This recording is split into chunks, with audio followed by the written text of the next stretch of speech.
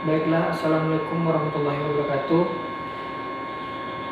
Uh, Baiklah, Anda semua, pada kesempatan kali ini Bapak akan mengajarkan tentang keselamatan, kesehatan, dan keselamatan kerja.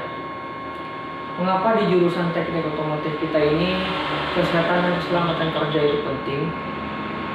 Karena ketika kita melakukan pengerjaan pada sebuah kendaraan atau sebuah proyek kerja kita akan menggunakan benda-benda yang bisa dibilang bisa membahayakan keselamatan kerja. Maka keselamatan kita itu sangat penting kita perhatikan, dan bisa juga keselamatan kita ini mempengaruhi hasil dari pekerjaan kita nantinya. Oke, pada tahap yang pertama ini bisa Anda lihat pada slide PowerPoint yang Bapak tampilkan. Kita membahas yang pertama itu definisi kesehatan dan keselamatan kerja, yaitu suatu sistem program yang dibuat bagi pekerja maupun pengusaha sebagai upaya pencegahan preventif timbulnya kecelakaan kerja, penyakit akibat hubungan kerja dalam lingkungan kerja, dengan mengenali hal-hal yang berpotensi menimbulkan kecelakaan kerja dan penyakit akibat hubungan kerja yang tidak antisipatif bila terjadinya hal demikian. Jadi keselamatan kerja ini adalah suatu bagian yang sangat penting dalam sebuah pekerjaan kita. Kita memperhatikan keselamatan kerja kita agar hasil kerja dan proses pengerjaan pada hal yang kita kerjakan pada bidang otomotif ini bisa berjalan dengan baik dan hasilnya memuaskan. Selanjutnya, di sini K3 ini punya landasan hukum atau penerapan ketiga. Ada beberapa undang-undang, yaitu Undang-Undang 45 Pasal 27 Ayat 2 yang bunyinya setiap warga negara berhak atas pekerjaan dan kehidupan yang layak. Undang-Undang Nomor 13 Tahun 2003 tentang ketenaga kerja, setiap tenaga kerja berhak mendapatkan perlindungan keselamatan dan kesehatan, pemeliharaan moral kerja, perilaku dan kesesuaian dengan martabat manusia serta nilai agama. Jadi keselamatan kerja ini bukan hanya dibuat oleh pihak perusahaan saja, tapi juga ada landasan hukum dari penerapan ketiga ini. Selanjutnya, di sini bisa Anda lihat gambar orang lagi mengerjakan apa atau melakukan sesuatu. Di sini bisa Anda tebak, mungkin seperti melakukan hal kegiatan itu sebuah pengecatan. Nah, di sini pada kelas kita tentang bodi kendaraan ini nantinya kita akan melakukan praktek pengecatan. Di sini Anda bisa lihat terlebih dahulu bahaya-bahaya atau kandungan-kandungan yang ada pada zat kimia yang ada pada cat tersebut. Di sini bisa Anda baca zat-zatnya. Zat berbahaya lainnya di sini adalah zat-zat yang Anda harus hati-hati dalam penerapannya.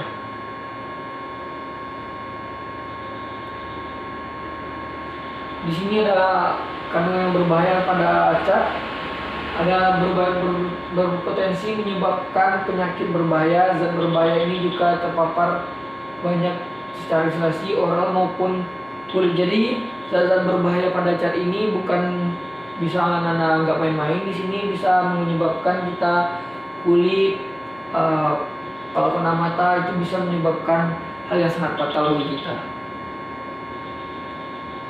Nah, di sini ada beberapa tipe pengaman yang harus Anda perhatikan baik-baik, yaitu tipe pengaman dalam pengecatan ini sangat bermanfaat atau sangat harus wajib Anda lakukan ketika Anda melakukan praktik dalam pengecatan nantinya. Yaitu yang pertama kacamata, respirator, masker gas, pakaian kerja atau topi paint technician, sarung tangan tahan pelarut, sepatu pengaman. Di sini bisa Anda lihat kacamata atau goggles. Kacamata ini bisa Anda gunakan nantinya pada kita saat melakukan pengecatan. Di sini bertujuan agar ketika kita melakukan pengecatan abu-abu atau debu-debu cat tersebut tidak terpapar ke mata kita. Di sini ada masker partikel. Di sini masker ini memiliki kerapatan yang sangat rapat sehingga partikel-partikel yang terbang misalnya pada saat pelepasan dempul tidak terhirup oleh kita. Di sini ada lagi masker pelindung yang dirancang untuk mencegah gas organik atau udara yang bercampur pada uap pelarut organik terhisap melalui mulut dan hidung. Biasanya dilakukan oleh orang-orang yang bisa Anda lihat contoh-contohnya pada bengkel. Di sini menggunakan untuk ketika melakukan pengecatan. Di sini ada baju kerja, yaitu baju seperti baju praktek Ananda yang Ananda ada di sekolah untuk melindungi badan dari semprotan cat. Ini hal yang penting juga, sangat penting digunakan untuk melindungi tangan. Anda bisa lihat ini sarung tangan. Nah, di sini hal yang sangat sensitif juga yaitu sepatu pengaman atau sepatu safety. Ini berbeda dengan sepatu-sepatu yang Anda pakai pada Anda kegiatan sekolah ini. Sepatu ini memang dirancang khusus aman agar kaki kita tidak kenapa-napa dalam proses pengerjaan gitu.